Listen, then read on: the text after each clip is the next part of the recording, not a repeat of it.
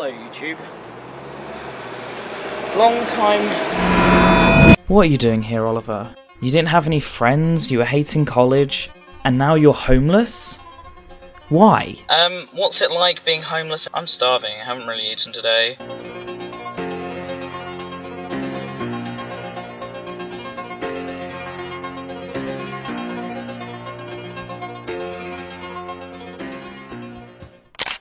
If you've ever wondered what it's like to be homeless, I can tell you. As from the age of 17 years old, I was on my own.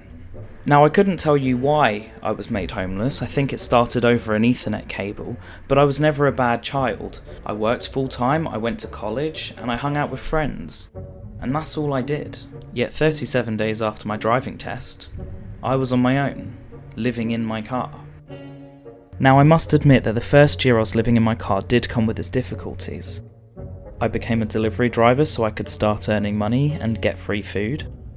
But on the other hand, I completed college from the back seat of my car. I had no one, absolutely no one, but I had to be okay with it. I didn't have a choice.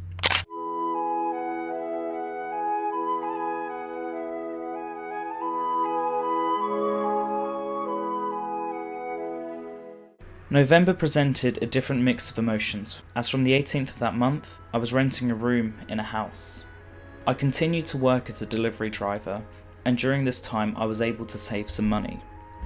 Money which I then used to go travelling with. This was the trip that gave me the travel bug. From here I never wanted to return to England. In fact, I wanted to travel the world. I had a plan. I was going to travel Europe, Asia, and then all of a sudden, I received a text. When are you coming to collect your things? I was devastated. I felt like I wasn't wanted all over again. Rather than talking it out with her, I felt that the only logical solution was to pack up my stuff and leave. Today is the 20th of January 2018. Anyway, today I am moving into a storage unit. Yes, I lived in a storage unit. But by this point, I had a plan. I would move into this storage unit which was only costing me £90 a month. I would save up every single penny I could and work every single shift I could. I would then use that money and buy myself a van. A van that I could travel in. So I could continue this travel bug adventure that I had, but also live somewhere at the same time. I just bought a van. I think it's pretty snazzy, honestly. Entering the van life community was one of the best decisions of my life.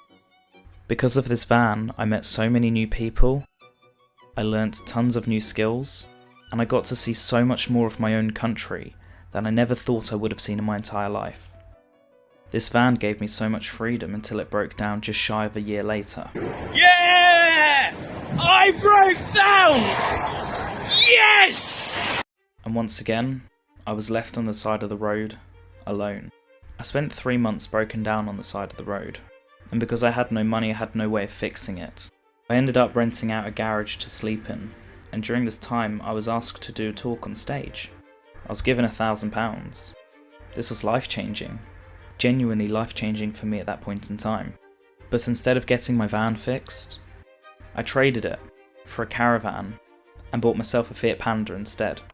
Now if you don't know much about Fiat Pandas, let me just start by saying that this was one of the best cars I ever owned. They're fast, great on fuel, and easy to sleep in if you need to, but they're not built to tow a massive caravan like the one I got. This Caravan was great, however it was far too big for my needs. I couldn't tow it, so I often ended up living on the side of main roads for months at a time. It was fun, until it wasn't. My Caravan started getting attacked and broken into. I was utterly exhausted by this point. I'd been living in a conversion project with no running water or electricity. I was drained. Life likes to kick you when you're down, and that was most evident for me when I was living in this Caravan, as one fateful day in September, I shattered my foot in almost 800 places. I ended up staying on a friend's sofa, and I worked right up until I lost my job for needing to rest my foot, after scrubbing a forecourt. This was when my granddad took me in. The plan was never to stay there for long, but I ended up residing there for 13 months. During this time, I built up an income and a bulk of savings, and me and my partner moved away.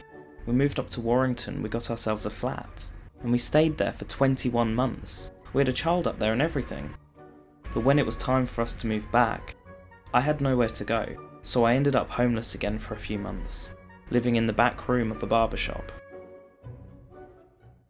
If you took me back to when I was 16 years old, I would have never have guessed what was to come. If I was never kicked out at 17 years old, I would have never discovered half of the passions and loves that I have today, because this experience has helped build who I've become. I decided to experience the world in a way that I never thought I could, and I'm glad for it.